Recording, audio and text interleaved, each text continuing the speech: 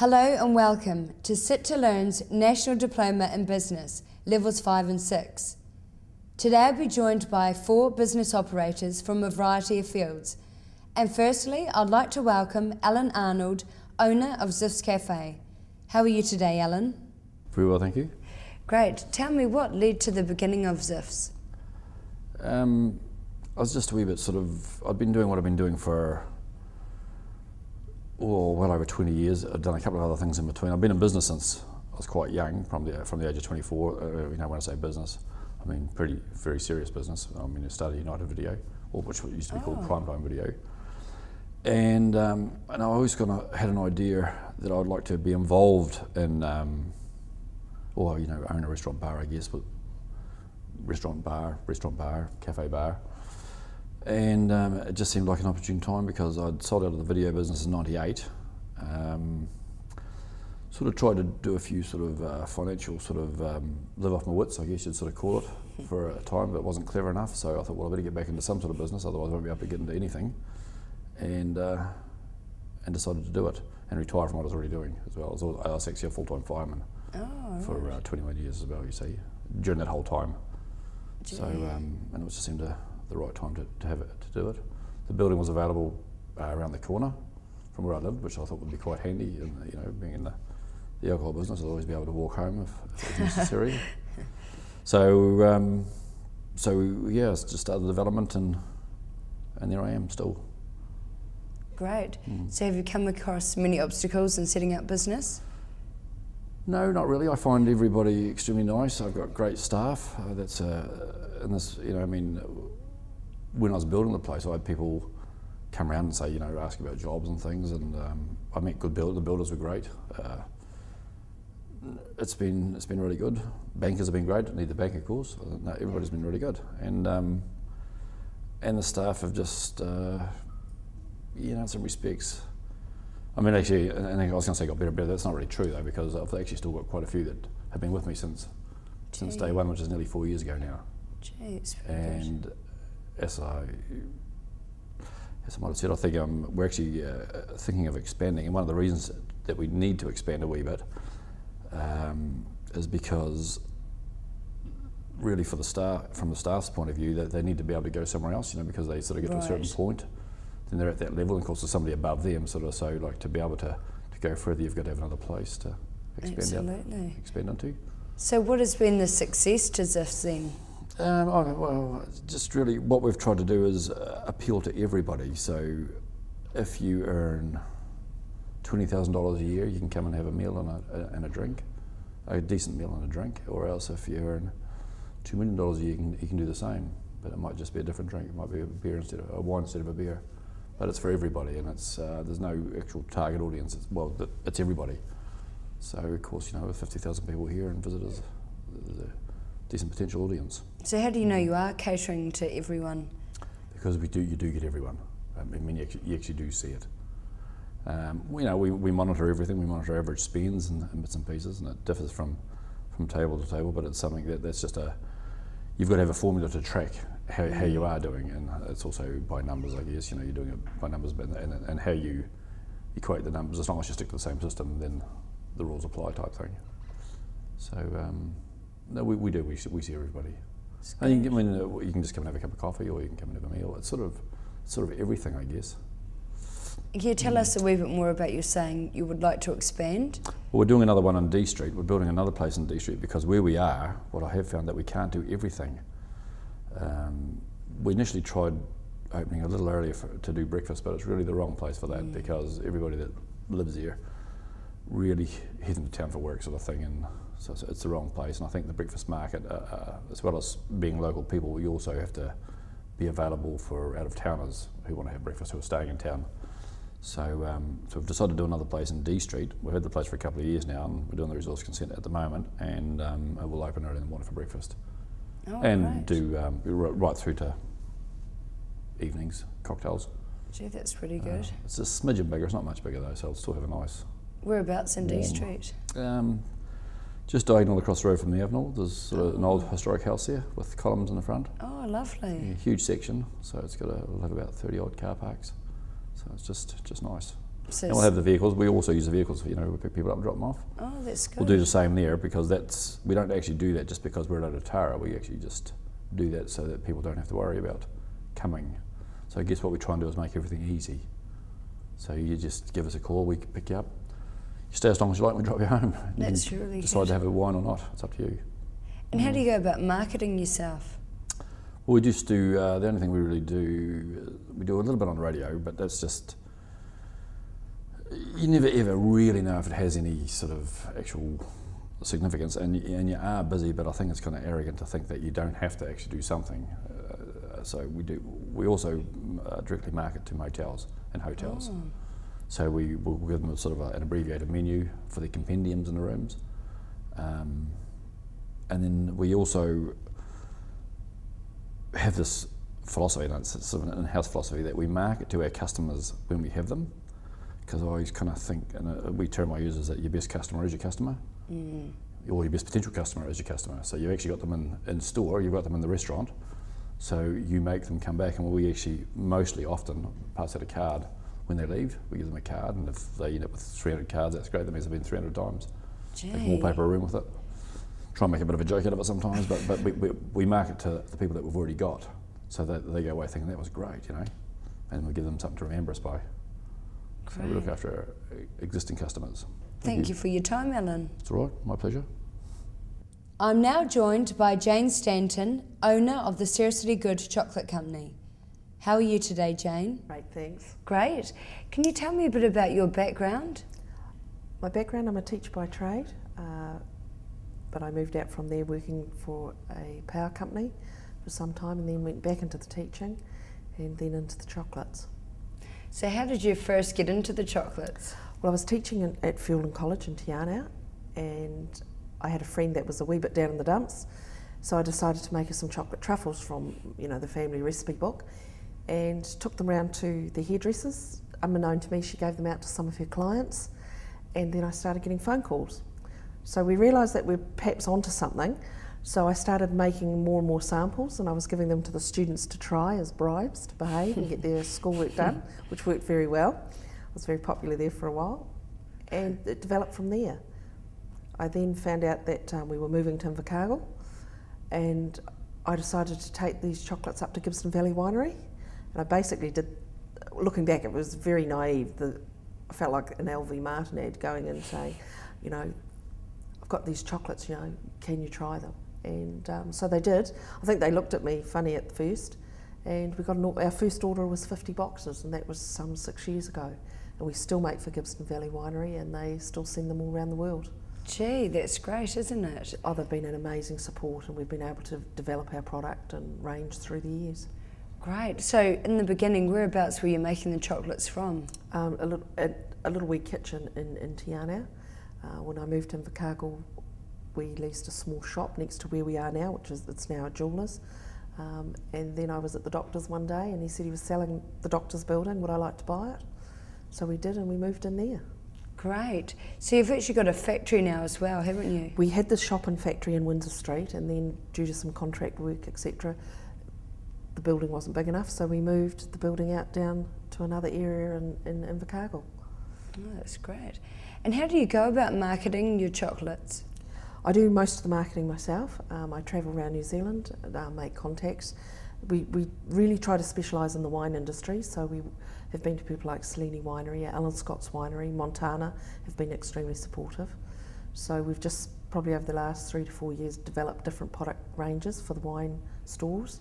We're now working in the duty-frees, Smith & Co.'s, Kirkcaldy & Staines, Ballantyne's have been extremely supportive, H&J Smith's, and then we seem to have got ourselves a little bit into theme chocolates. We made the chocolates for the world's fastest Indian. Bluff oyster truffles. One year the oysters were a little bit slow, and we came up with the idea, so we just try to be innovative and different from the other chocolate companies, which gives us our own wee niche market, and having the support of Southland I think has made all the difference. Great. And how do you monitor the quality of the chocolates? I've got staff obviously down at the factory, and we have the same people that test them all the time. We've recently, in the last 6 months, changed our recipe. I went and did a course in Melbourne on chocolate making, and soon to go and do one in Singapore. So again, picked up new ideas and different ways of doing things, and the course was amazing because there were 10 of us there mostly from Australia, and I was the only one from New Zealand at this time. And the different things that we did, and they were quite interested in our innovative ideas and the flavours that we put together. And that sort of goes with fashion as well, you know. We found the chocolate industry, well for me, is very like fashion. Flavours change, and it's like food, it changes all the time. So it's basically keeping up with the times and doing something new and innovative. And how interesting. So how do you keep up? How do you know what the customer's wanting? Probably we're not your best choice there in that we do what we like. I mean, when you're in the chocolate factory day in, day out, you've got to, we entertain ourselves, I suppose. So we come up with new flavours and we try to match the product to what's going on, like the world's fastest Indian, Bert Munro liked a whiskey, and then we tried to bring the Kiwi side into it, so that was Hokey Pokey. So we've got whiskey and Hokey Pokey. Our newest range is chocolate. New Zealand wine story is told by chocolate, and we've gone to different wineries in New Zealand. So we've basically tried to map down the country and come up with 6 to 8 different wineries, which is really exciting for us. And we use their wine in the chocolates, and so we're actually telling the story of wine in the different regions. Wow, that's really exciting. And do you tap into the international market at all? We're starting to. We're working quite closely with some people in Australia, and we're looking at some other offshore markets. We hope to open a store in Australia later next year. Again, the Seriously Good Chocolate Company. And food too is a new byline that we've come up with, because we've moved into some food products as well, some sauces and chutneys, just to give us that balance down here at home. And we're making chocolate jam and chocolate sauces and bits and pieces. So again, it's developing into that market, because the taste for some of the markets offshore is quite different to what we're doing here. Yeah, I was wondering about that. How can you sort of monitor different trends? I've got a few connections with different chefs, a couple of chefs in Auckland and some even down here, and just people offshore. Also getting onto the internet and see what's going on, reading magazines, cookbooks, working with people like Judith Cullen in Dunedin, and just finding out what's going on in the marketplace, but again, relating the flavours to things that are happening, and that seems to work for us. There's the traditional flavours we've made for Baileys, apricot and brandy, strawberries and champagne is always a huge seller, but we try to do things that are a wee bit different. We've come up with a Merlot and Horopito, so again that's bringing in the New Zealand theme, the Fiordland moments, Tuatara chocolate eggs, and that came from a group that young enterprise group that I worked with, and James Hargis. Oh, right. So, yeah. So what would you say the key to running a successful business is? I'm sure there's all sorts of business things, such as systems and good accounting and all that sort of thing, which at some areas it took us a while to get right, but I think a lot of it is passion and love of what you're doing. You've got to have that passion and love it and believe in it first, and then, because you can employ people to do the structural side of things, but if you haven't got that heart, then I'm not sure how other people do it, but it's the heart thing, the belief in what you do, and the pride, and working with your staff, and the size of the company that we are, it's almost family orientated, so you're all a team, you're all part of it. I mean, I wouldn't be the chocolate company without the staff, and in many cases Southland, because of the way we've networked with different people and companies around Southland. Oh, well, it's lovely to meet you, Jane, and I'll look out for some of those yummy chocolates. Right. Thanks. Joining me from Aluminium Smelters Limited is General Manager of Operations, Brian Cooper. How are you today, Brian? Good, thank you. It's a bit of a mouthful. Can you tell me a bit of the background of the smelter? Yeah, sure. The smelter was built 35 years ago. It's now owned just under 80% by Rio Tinto. The other 20% is Sumitomo Chemicals, a firm from Japan. So we're linked to two fairly big national corporations in their own right. And I say we've been here for 35 years now, employ 780 staff of our own and around 120 full-time contractors. Gee, it's a lot, isn't it? And what's the relationship between the two owners like? The sort of Rio Tinto has the management of the smelters, so we tend to report through them primarily, with the metal that we make for Sumitomo going directly to them, but they obviously have a membership of the board of the NSIS, so they have that sort of control through that party. Great. What a large workforce. How do you ensure that you're meeting all the needs of so many people? Well, we've been working on that front for many years, making sure that staff believe that they're well treated, well rewarded, and that's not salary either. That's making sure the whole ethos of the company is making sure that people are appreciated, well looked after from a health and safety perspective. We've got a very good safety record now. We've worked on that very hard over the last 10 years to get to where we are now. But making people feel valued is very important to us. Yeah, it would be. So how about you go making sure your health and safety is sort of... Well, we had certainly the smelters had a very checkered history. Only 20 years ago we were having 3 lost time injuries a week. That's where people were hurt sufficiently they couldn't come back to work the day after. 10 years ago that was 1 a week. We've now had 2 this year. So we've driven that number down remarkably. That's making sure that everybody's engaged with making sure they look after themselves and their own workmates, having very strong systems in place to make sure that they're able to do that. And again, coupled with good engineering standards, to make sure the equipment that we have is well looked after, well maintained, things are guarded properly, working within the compliance of the New Zealand regulations, etc. So all those things coming together to make sure we've got a safe workplace for both our own staff and other people that come and visit and work with us. Great. What role do you think the smelter plays in our community? Well, I think there's 2 parts to that. I think just continue on the safety theme. With a lot of the things that we've developed, a lot of the systems have been adopted by the businesses that we work with, the likes of E-Type and Sheet Metal Craft and those sort of guys that work with us on a day-by-day basis. They take our systems, they use them in their own workshops, and they spread out throughout the locality as they go and work in other areas as well. So there's somewhat a process of osmosis on the safety front that we're very pleased with. Obviously, try and help and share any of those systems that we have to bring others along that same journey. So that's very important to us. On the economic side, as well as the people that we employ directly, we did some work with the SIT and Venture Southland. There's around 2,600 jobs associated within Invercargill with the smelter. We're responsible for about 18% of Southland's GDP, so that's about $500 million a year that's going into the community. So there's a big impact there, and we'll hopefully make sure we apply that in a socially responsible manner, that we work with people, we don't sort of drive prices down, etc. We're hopefully fair and reasonable in our dealings with all the suppliers, etc. we have in Invercargill. Great. And what about the role it plays in New Zealand? Well, there's that part to that. We have a revenue of about $1.4 billion New Zealand this year. We will make around 350,000 tonnes of aluminium.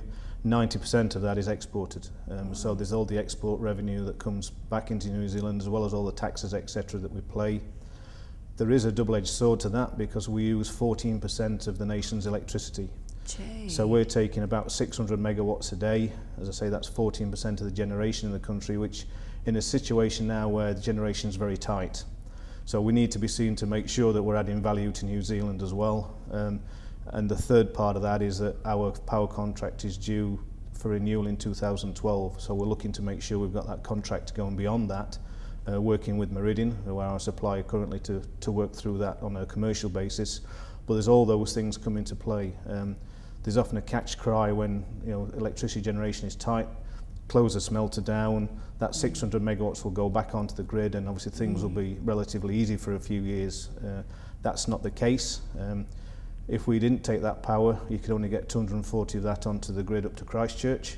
So there's trying to change that perception as well, but making sure that people have that perception of us that we do supply good value and we are a good company and we are a good citizen within New Zealand. So there's a lot of that work goes on to make sure we're seen in a good light. Right. It's very interesting, isn't it? And whereabouts do you export to? Main country is Japan. Because of the Japanese owners as well, they take all their products through internally, so that's 20% of the metal flow goes through Japan via that route. But we do have a very strong sales base in Japan because we're actually on a good shipping route for Japan from New Zealand. There's around sort of 10% then spread between the States and Europe, some smattering across some other Asian countries, and say sort of 10% domestically as well. Gee. does the smelter ever close down? No, it can't. Well, I mean, it could, but it would be final. I think that's the process relies upon a constant supply of electricity to the reduction cells.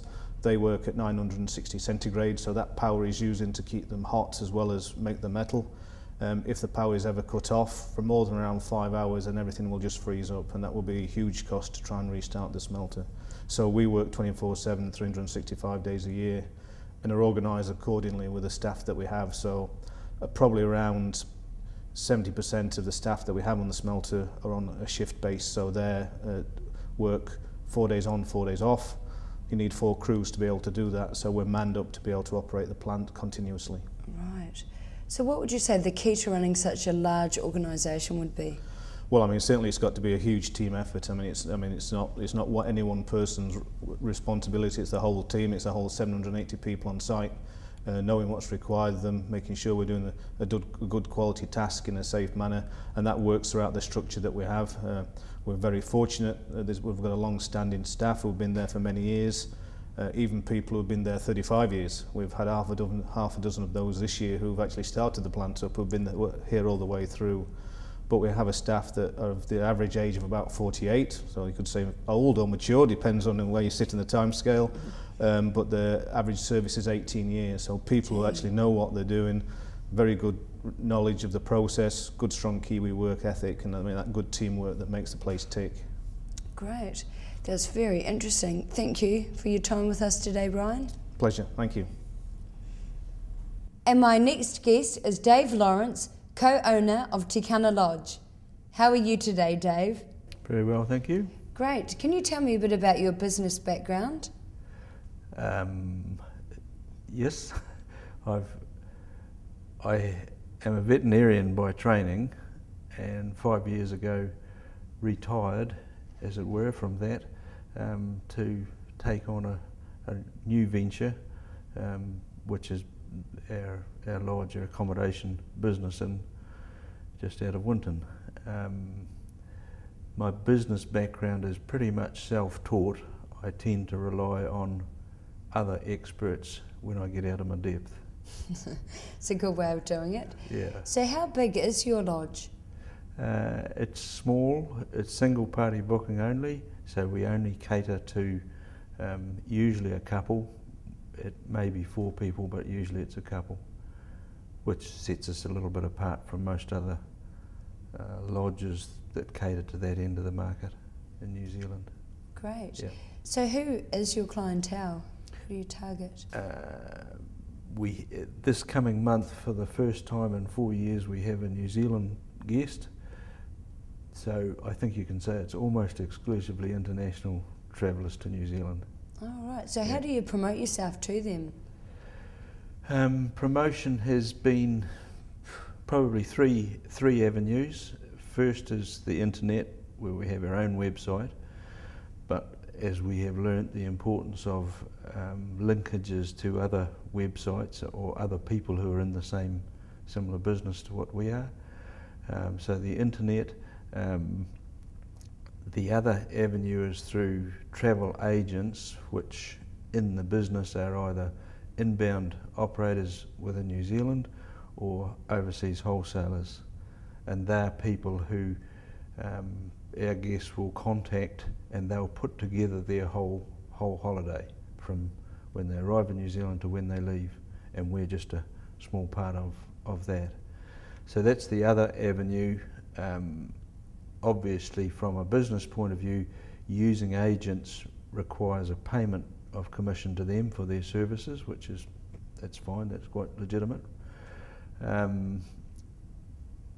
It's even better if they contact us direct via our website. We don't have to pay any commission.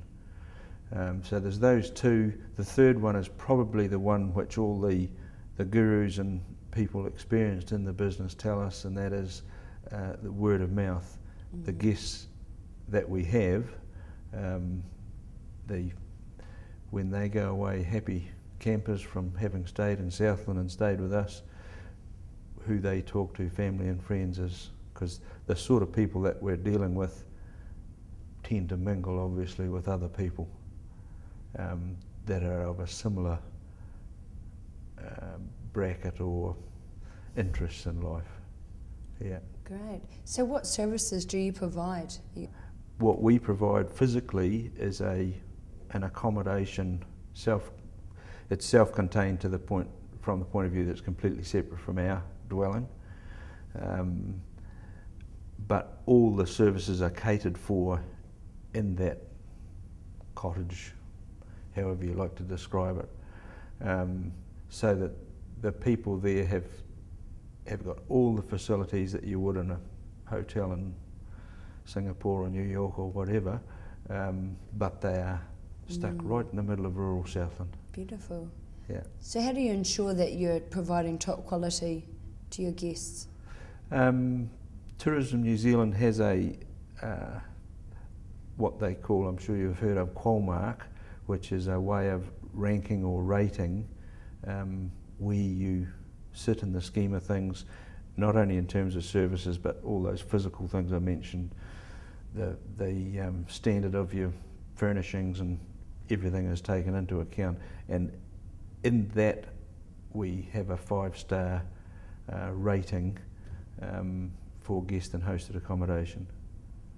You know, there's quite a number of other suppliers throughout the country are 5-star, but that's probably the one where you know the benchmark. Right. Yeah. Do you think the customer takes much notice of that, the ratings? That's probably not a really good PC question, but no, they don't. It's not what Tourism New Zealand wants to hear, but it gives us a little bit of confidence. The experience of being assessed for Qualmark was probably extremely useful to us, and I'd advocate to any other person in the business to utilise it, because there must have been a marathon putting it together, but the extent to which that Qualmark covers, or all the different areas it covers, is just huge. Right. And so it's really just like a check to see that you've done everything right. I guess the feedback that you get, or that we have from clients, is the thing that gives us the confidence to know that, hey, we've done it right. That's good. I mean, most of the guests will be staying at other lodges in New Zealand, Hooker Lodge, Wharekauhau, Parataho, Icarts, Blanket Bay. They seem to do the lodge hopping exercise, right, most of them. And when they leave our little place and little old Southland, and they say, hey, we've had a better experience here than anywhere else in the country, we're pretty chuffed. I mean, I'm not saying that that's the case every time, but you've only got to have it said a few times to make you think that we've done it, we've cracked it. Gee, that's really good, isn't it? We'll look out for your lodge. Good luck. Thank you for joining us. Thank you. I'd like to thank all my guests today, and thank you for watching Sit to Learn's National Diploma in Business, Levels 5 and 6. If you'd like more information about this or any of our other courses, you can contact the team on 0800 Sit to Learn.